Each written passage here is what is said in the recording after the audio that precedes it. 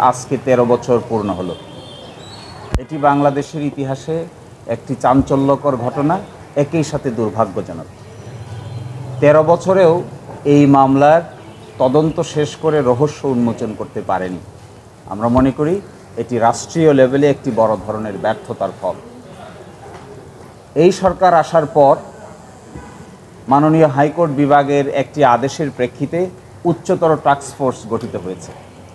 এই উচ্চতর টাস্কফোর্স ৪ই এপ্রিলের মধ্যে হাইকোর্ট বিভাগে তাদের তদন্তের সারবত্তা পেশ করবেন। এই সময়ের মধ্যে তদন্তকারী কর্মকর্তারা সংশ্লিষ্ট ব্যক্তিবর্গের সঙ্গে যোগাযোগ করেছেন, আমাদের সঙ্গেও যোগাযোগ করেছেন, পরিবারের সঙ্গে যোগাযোগ করেছেন, সায়েন্টিফিক এবং ফরেন যে সমস্ত এভিডেন্স আছে সেগুলো এক্সামিন করছেন। যতটুকু আমরা জানতে পেরেছি বেশ কিছু ডেভেলপমেন্ট হাতে এসেছে। সময়ের ব্যবধানে হাইকোর্ট বিভাগে এই ডেভেলপমেন্টগুলো নিয়ে একটি তদন্ত রিপোর্ট সাবমিট করা হবে। অতীতে এই মামলাটিকে সঠিকভাবে পরিচালনা করতে দেওয়া হয়নি, এই মর্মেও কিছু তদন্ত রিপোর্টে কিছু তথ্য উপাত্ত এসেছে। অতীতে এই ইনভেস্টিগেশন প্রসেসকে অবস্ট্রাকশন করা হয়েছে। এই ইনভেস্টিগেশন প্রসেসকে সঠিকভাবে আইনি পদ্ধতিতে চলতে দেওয়া হয়নি। ফলে দক্ষ জনশক্তি এবং ইচ্ছার অভাবের কারণে সময় মতো তার তদন্ত সম্পন্ন করা যায়নি। ১৩ বছর পরে আজকে এসে প্রশ্ন দাঁড়িয়েছে, এই একটা চ্যালেঞ্জিং জব, কারণ ১৩ বছরে অনেক সাক্ষ্য প্রমাণেই ডিসঅ্যাপিয়ার হয়ে গেছে, হারিয়ে গেছে। সব কিছুর পরেও এখন একটি আশার আলো দেখা যাচ্ছে।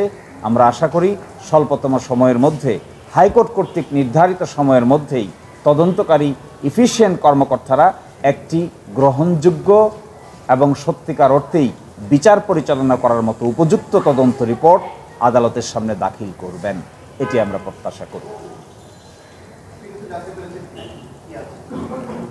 তদন্তের বিষয়টির সঙ্গে একটু সেন্সিটিভিটি আছে, তদন্তের বিষয়টির সঙ্গে এক ধরনের সিক্রেসি আছে। তারপরেও আপনাদের কনজামশনের জন্য এতটুকু জানাচ্ছি আমরা যে যাদেরকে এক্সামিন করা হয়েছে, যাদের সঙ্গে তদন্তকারী কর্মকর্তারা আলোচনা করেছেন, আলাপ করেছেন, অন্য মামলায় জেলে আছেন এরকম ব্যক্তিবর্গের সঙ্গেও আলাপ করা হয়েছে, যারা কিছুটা স্টেটমেন্ট দিয়েছেন, ঊর্ধ্বতন কর্তৃপক্ষের যোগাযোগের ব্যাপারে তারা মুখ খুলেছেন। এই সমস্ত বিষয় আদালতে পাবলিক ডকুমেন্ট হওয়ার আগে বর্তমানে সবাইকে জানানোটা আইনগত বাধ্যবাধকতার কারণেই সম্পূর্ণ অংশটুকু আমি বলছি না। তবে দেয়ার আর সাম হোপ, দেয়ার আর সাম ইন্ডিকেশনস যেখানে অতীতে এই তদন্ত প্রক্রিয়াকে বারিত করা হয়েছে, বাধাগ্রস্ত করা হয়েছে, ভেস্টেড কোয়ার্টারের ইন্টারেস্ট ইমপ্লিমেন্ট করার জন্যই এই তদন্ত প্রক্রিয়াকে সঠিক আইনিভাবে পরিচালিত হতে দেওয়া হয়নি। এগুলোও তদন্তের পার্ট হবে। সেখানে কারা কারা ছিলেন, কারাই অবস্ট্রাকশন দিয়েছেন, কিভাবে অবস্ট্রাকশন দিয়েছেন, আগের যারা রিট পিটিশন করেছিলেন তারাই বা কেন রিট পিটিশন করেছিলেন, কেন র্যাবকে সেই দায়িত্ব দেওয়া হয়েছিল।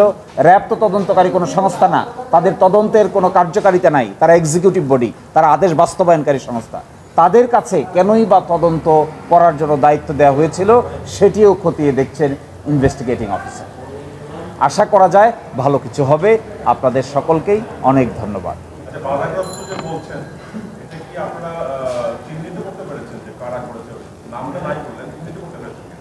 আমরা বলছি যে অতীতে উচ্চ পর্যায় থেকে এখানে অবস্ট্রাকশন ক্রিয়েট করা হয়েছে।